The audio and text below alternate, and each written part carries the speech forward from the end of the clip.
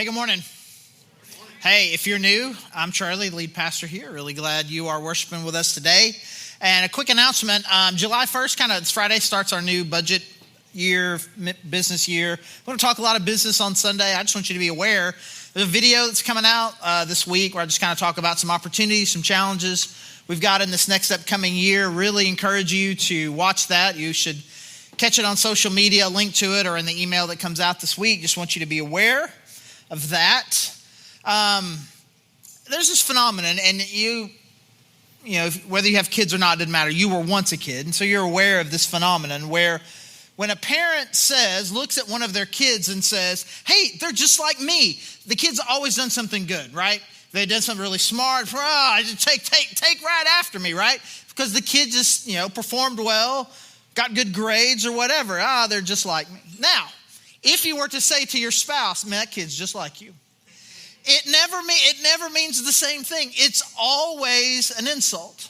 Now, this is risky because the cameras are on and my mom will eventually watch this. But there's this thing she would say, and I can't believe why she would say this. She would say that I had a smart mouth, right? That somehow that I was a little sarcastic and used, quick-witted and, didn't always use the powers for good, right? You got a smart mouth on you. And she would always say, you got a smart mouth on you just like your dad. Now, it ain't my dad. It's not my dad. We all know where the smart mouth came from. But we kind of have this. Like when you see the good in your kid, that's you. When you see the bad, it's like, right? That's how we are. And we kind of like this because we always like to think of ourselves as kind of the hero of the story.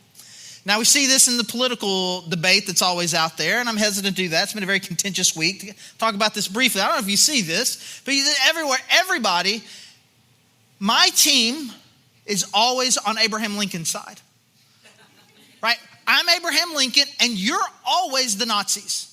I'm Abraham Lincoln, you're the Nazis. It's always true. I'm Martin Luther King, and you're the Klan. It doesn't matter. And you're like, they are like that. No, you're like that. Like because you want to identify yourself with the good guys in the story. And there's a Christian version of this that happens where it's like, I'm always Jesus, and the people who think or act differently than me are the Pharisees. Well, that's just kind of how the Pharisees were. Jesus didn't like Pharisees, and that's just kind of how you're being. All you have to do is find one thing that you have. Pharisees ate food too, and that's just kind of how you are. So you're a Pharisee, right? And I don't know if you know what a Pharisee is. It doesn't really matter at this point, but they were the ones that were always up against Jesus. Because we always like to identify ourselves as being on the good team, and the people who oppose me must be on the bad team. And what happens, the way that this works, is we kind of create this caricature of Jesus. We create a caricature where the things that I value, the things that are important to me, I find a story that I can use to make it where Jesus is just like me. And then I can find a story that, he is opposed to whatever it is that you are. And we have this caricature of Jesus. And I don't know if you were here last week, kind of in this series, we're kind of talking about worshiping God with our heart and with our mind. And we've been kind of going back and forth. Mark's been talking about heart. And then 2 weeks ago I was here. We kind of talked about breaking this stereotype that we have of God in the Old Testament, that God in the Old Testament is always angry and judgmental. If you didn't catch that, I encourage you to go back, because I think that is it's a false caricature. And then Mark last week, again, he was kind of talking about the heart, kind of looking at some New Testament passages. And he said this really cool thing that I kind of want to build on today, where he said, God created people in his image, and then we return the favor by making God in our image. And you hear this play out a lot. You hear people will say things like, well, my God wouldn't do that. My God would never say that. My God would never talk that way. My God doesn't feel that way. And I'm telling you, this is going to sound harsher maybe than I mean for it to, but maybe not. I'm not interested in what your God would or wouldn't do. I mean, I don't care I don't care what God you've invented in your head, what he, she, it, whatever it is you conceive God to be. I'm not interested. I'm interested in who God is. Well, the Jesus I follow would never say that. I'm not interested in that Jesus. I'm interested in the Jesus the actual Jesus, the actual God. And so we got to break, 2 weeks ago, we kind of break this idea, this stereotypical view we have of the God of the Old Testament. We have a very stereotypical caricature, I think, of Jesus. And again, we always want him to be on our side. And there's a couple of stories in particular that I think that people like to use. And again, you use them interchangeably depending on the situation. Whatever behavior you need to justify in any given moment, well, Jesus, and we have these stories. And there's two of them that we're going to look at today that I think that get used a lot, that I don't think that we've completely missed the point of.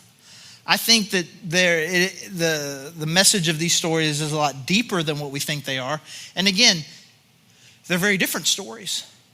And so I think very often the caricature that we make of Jesus sometimes, either as just being really, really sweet or someone who was really confrontational, comes from an incomplete version of one story. But if we really understand what's really happening and we can put all these pictures of Jesus together, I think we have a clearer understanding then of who he is, then who I should be, and how he wants us to behave. So we'll start with a really popular one, and Mark actually referenced this one last week. And it's in John chapter 2. It's when Jesus turns over the tables outside the temple.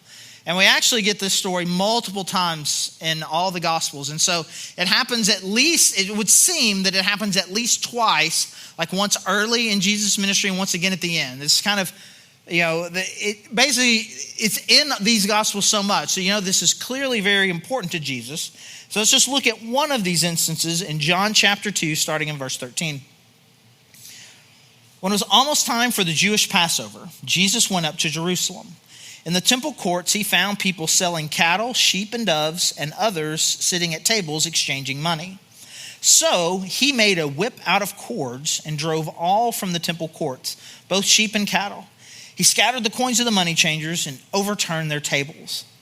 To those who sold doves, he said, "Get these out of here. Stop turning my Father's house into a market." His disciples remembered that it is written, "Zeal for your house will consume me." So this is a verse, a story that really just kind of often gets used for this idea, for this big idea that sometimes Jesus gets angry. Jesus gets angry. And, so the conversation will go, someone will be kind of raging about something, going on a rant, being really upset about something and be like, "I don't know if you should be angry like that. I don't think God thinks that's cool." Jesus got angry. And we use this story because what happens, it's pretty serious. I mean, it's for some of us, it's going to be way outside of what we perceive to be Jesus's character. He walks in and he sees these people, and kind of make sure you understand the setup here. You're going to the temple and you have to do a sacrifice. And so maybe whatever sacrifice you need to do, you're going to need a sheep, 2 cows, a few birds. But you're traveling from a long way. You're like, "Man, I'm not trying to travel with the birds. I'm not trying to bring the sheep. I'll just bring money and I'll buy sheep and birds and cows when I get there." And so these people are actually providing a fairly decent service of sorts. The problem is where they're located.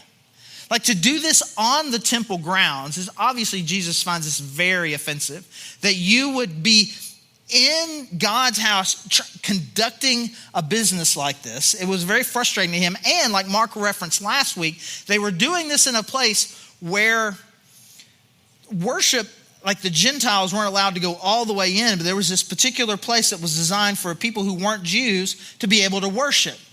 And so there was this sense of which, hey, we're just going to take up this space because we don't really care about them.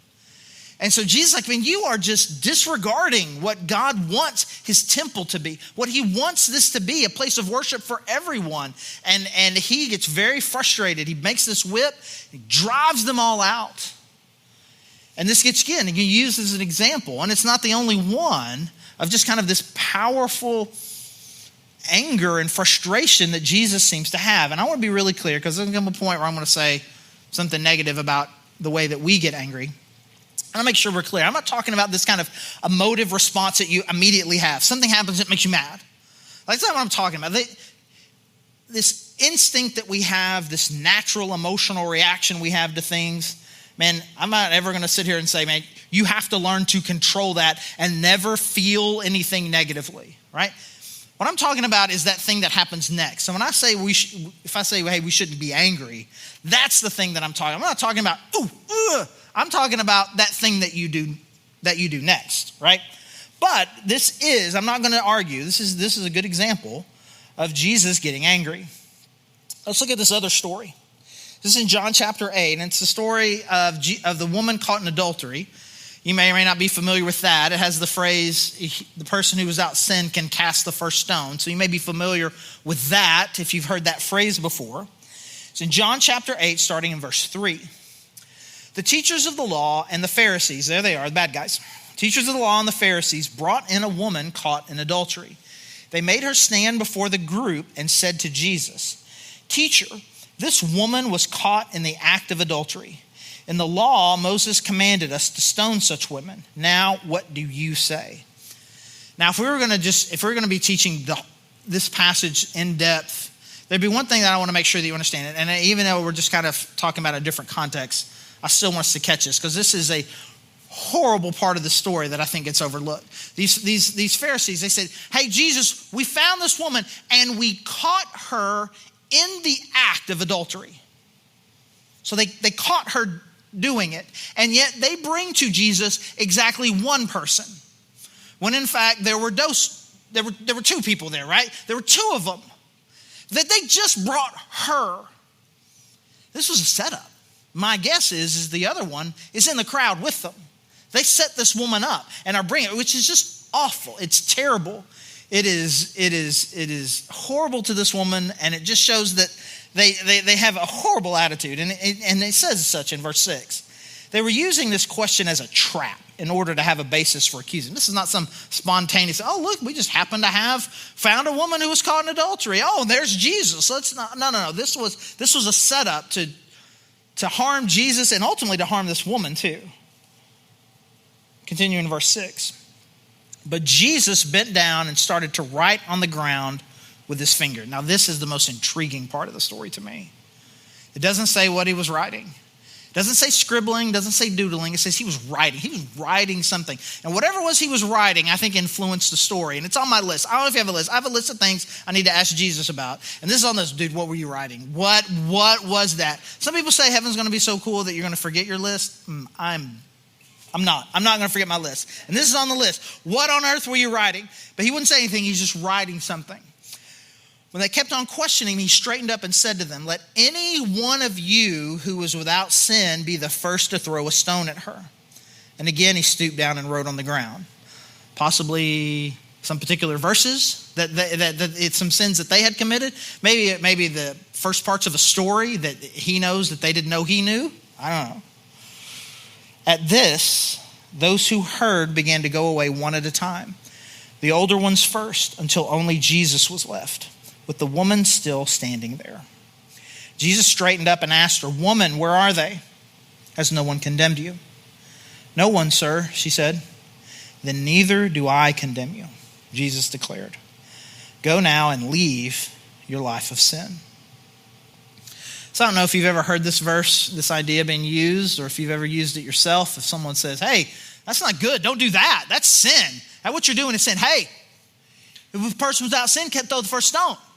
And we use this as a defense mechanism to say, you can't tell me, right? Which is just kind of this, what does this passage mean? It means you can't tell me. You tell me you're a sinner too, so you don't get to tell me. That's how we use it. And the big idea that we get from this passage, which again, I don't disagree with, is this, that Jesus doesn't condemn people, so neither should you. Because this is what Jesus says, is anybody here left to condemn you? She's like, "No, I don't condemn you either." And so I think a major idea, a major point of this story is this idea is that Jesus is not condemning this woman, even though she doesn't deny that it happened. He doesn't deny that it happened. He's like, "I'm not going to condemn you. I'm not going to condemn you." And so the Pharisees shouldn't condemn her either. So Jesus doesn't condemn. You shouldn't condemn. And so we use these stories, and I don't think that we've missed the big idea. I mean, Jesus does. There are things that get Jesus really, really upset. And, Jesus, in the very face of a situation where a woman had committed be considered a very significant sin, he chooses not to condemn her. And the idea is that we shouldn't either. I agree with these two ideas. But again, one, we've got to figure out how to put them together, right? How does a Jesus who doesn't condemn get so angry at them? And what does condemn mean? What does it really mean? And so we put these stories together, and to really understand them, I want to help us, because when we can really understand what is going on in these two stories individually and can put them together, I think, again, head and heart, I think in our brains we can have a more full understanding of who Jesus is. And so go back to that first one. Jesus does get angry, but I want to say this, that his anger is very different than yours. His anger is different than yours. It just is. Now, I'm old, and I look around, I see also some old. So some of us here are old enough to remember the great phenomenon from probably about 25 years ago of the What Would Jesus Do bracelet, right? At WWJD, it would be in your little bracelet right here. And the idea of it is you're in a difficult situation and you're not sure what to do. Like, I don't know what to do. Right? And then you would know. And then you would know. And even then, even when I was young, this was going, I was like, I don't think this is the best. I don't think it's the best thing, because I don't know that it's particularly, because let's say that there's a category difference between you and Jesus. There's you, and then there's Jesus, and he's on a completely different level. And just because Jesus would do something doesn't mean you should do it. And just because Jesus didn't doesn't mean you should. The best example of this is, oh man, I'm kind of really struggling whether or not I should date this girl, or I think I want to marry her. I'm not sure what to do. Checks bracelet. No, Jesus didn't. You shouldn't. And like, oh, I don't know. Just Jesus, he had a different thing going, and he's fully God, which you aren't. And so Jesus can have a full confidence that the way that he is expressing his frustration and his anger is completely and totally in line with God and his values. Can you have that same level of confidence? When James 1, James actually addresses this idea. He says, listen, all of you guys, you should be quick to listen, slow to speak, and slow to anger. Because the anger of people does not achieve the righteousness that God requires. The way you express anger does not bring about in your life the thing that God wants. It just doesn't. The way that you express it just doesn't. And so I ask you, do you find that to be true? Again, the fact that there are things in this world that go on that upset you, of course.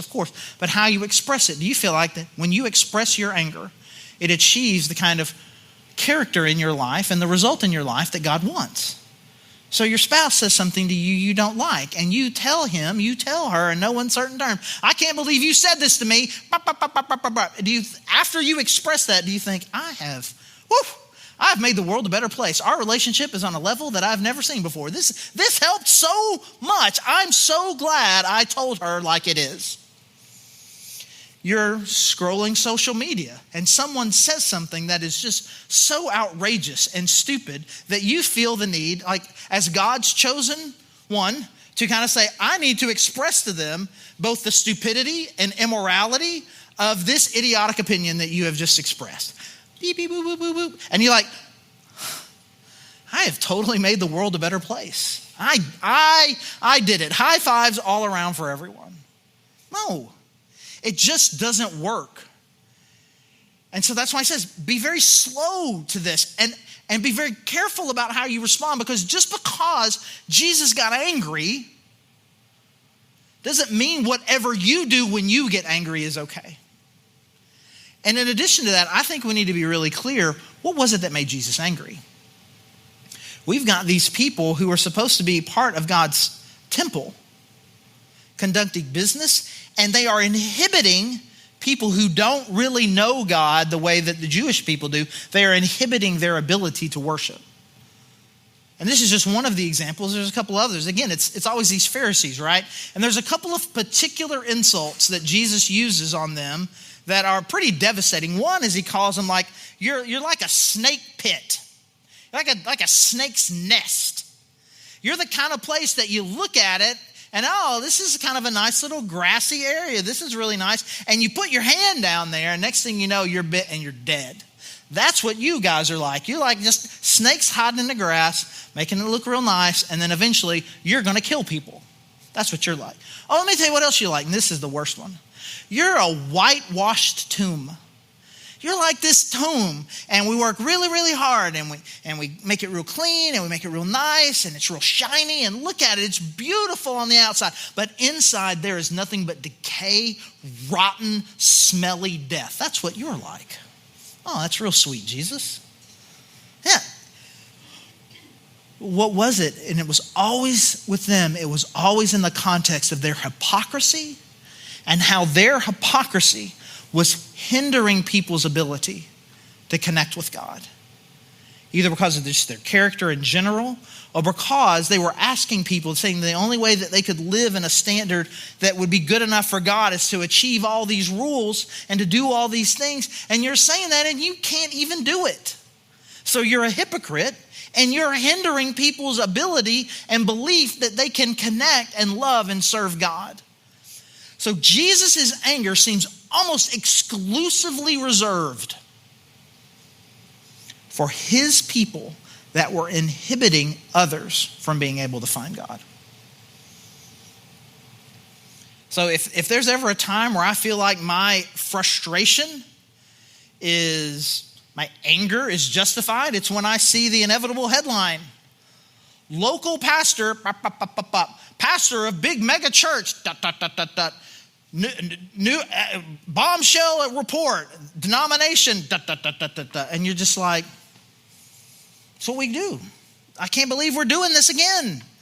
Where supposedly God's people and the leaders of God's people are out there doing these things, sexually harming people, stealing money, and showing and telling the world, man, this is just hypocrites. That seemed to be the kind of thing.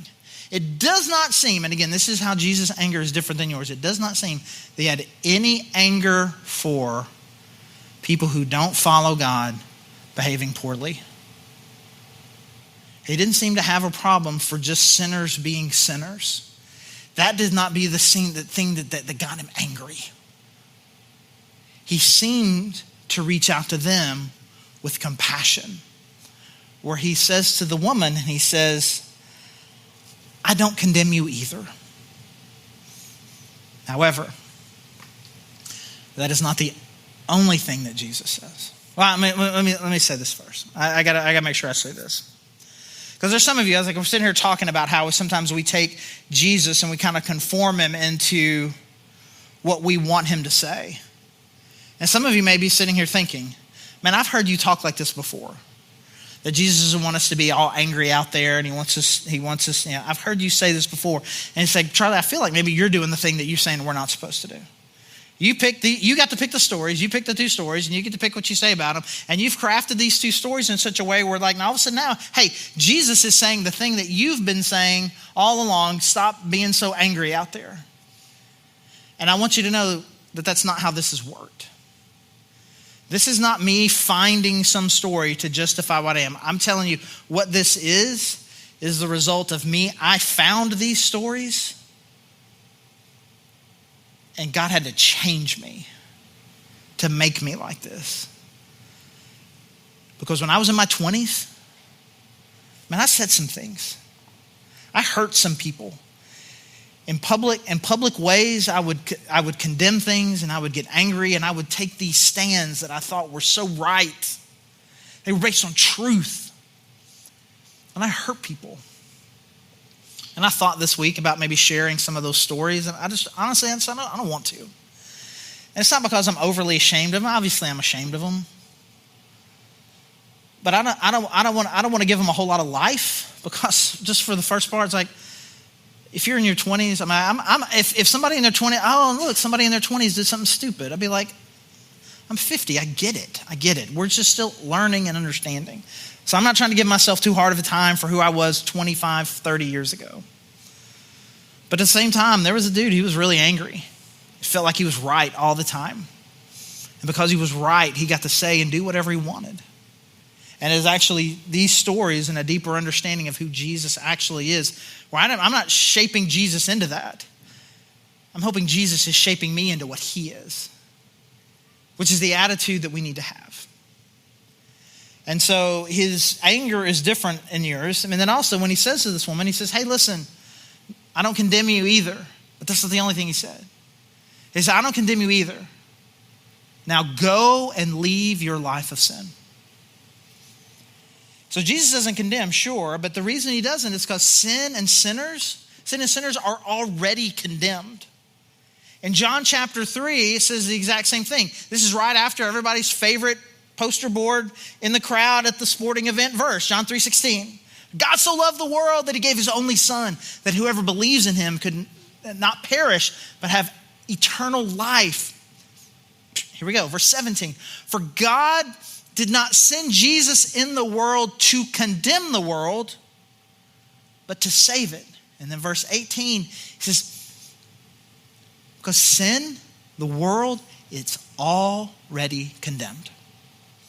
Sin and sinners already have their judgment. And we make sure that we use these words correctly, because this don't throw the first stone also kind of gets lumped in with the verse in Matthew where Jesus says, don't judge unless because you're going to be judged. Don't judge me. So we use it like, don't judge me. You can't say it's you throw the first stone.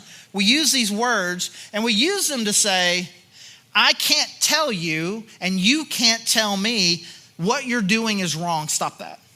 But obviously that's not what that means, because Jesus says in one sentence, not two different stories, not two different parts of the story, in the same sentence, he says that I don't condemn you, you need to stop what you're doing. I'm not going to judge you, but you got to stop. You got to leave this. You cannot do this anymore. It's all one idea. The idea of condemning is to, again, it's kind of make you think of like with a judge. I'm going to declare you guilty and I'm going to give you a sentence. That's what the condemnation is. I'm going to give you a sentence. But the sentence has already been declared. Romans 6 says this. The wages of sin, the payment, the result of sin, the penalty for sin is death. We have a rotting, decaying world. We have people who are dying, people who are hopeless, people who are separated from God. That is the condemnation. And Jesus didn't come to make that happen. It was already true. He said, I'm coming here to save you from that. And then in this moment with this woman, he says, I don't condemn you. I'm not going to add my rock to your already heavy sentence. You have been condemned already. Yeah, I'm sure she's not sitting there thinking, well, man, this is what a great day. I can't believe I was sitting there with a guy I thought was my boyfriend, and now here we are, and this is great. Well, at least I didn't get wrong. I mean, she's got to be filled with overwhelming shame. And whatever shame and hurt and pain is going on in her life, which is causing her to act out in a way that she knows isn't appropriate. And Jesus looks at that and is like, the real consequences that you're experiencing now and the condemnation that is already on sin in general, I'm not going to add my rock to that. And this is what Jesus has called us to. Sure, there is a world out there that any number of things that you could say you could be upset about. People who are doing things, people who are hurting each other, people who are doing things that are inappropriate to God, that are clearly sinful. I'm just saying, just don't add your rock. Don't add your rock to it. When Jesus said, leave your life of sin, what do you imagine the tone of his voice being? Is no one here to condemn you? No, sir. Well, I don't condemn you either. Now go and leave your life of sin. Anybody left? No, sir. Well, I don't condemn you either. I'll leave your life of sin. No. His heart broke for people who were living under the condemnation of sin. And he had some things to say, for sure. He has some things to say to us.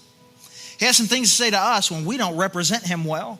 When our hypocrisy and what we're contributing and what we're giving out there to the world, the way that we're modeling who Jesus is, the way that we're telling them the path to get from where they are to life with God, when we make that harder than it needs to be, when we make it harder than it needs to be, or when our hypocrisy is an obstacle for them, Jesus has some strong words to say to us. But it seems that he's only got heartbreak for the people out there who are still living under the condemnation of their sin. So we've got this really complex version of Jesus who really does. He really doesn't like sin. He really hates it. Some of it, you really get him upset. But you also have this great, kind, compassion, gracious Jesus. And we've got to learn to kind of sort all these things out, because very often it's like, well, I think about me. Well, how does Jesus think about me? He's like, well, people don't judge me. Well, what about us? Well, we have expressions. We're not perfect. We're just forgiven. But the world, death and awful and terrible. I can't believe. I think we've got it all mixed up. I think we understand a lot of the basic principles. I just don't think we're applying them well. When I think about me, I need to invite people into my life to say, hey, that's sin. You shouldn't talk like that. You shouldn't say that. You shouldn't be like that. And then with each other, we need to hold each other. We need to make sure that we're not making the path to the gospel harder than it needs to be. And we can't let our hypocrisy get in the way of people finding who Jesus is and really experiencing this gospel. And then what we have for people out there is the compassion of Jesus. I don't have a rock to give you, but I wish you would stop and find life in Jesus instead. Let me pray.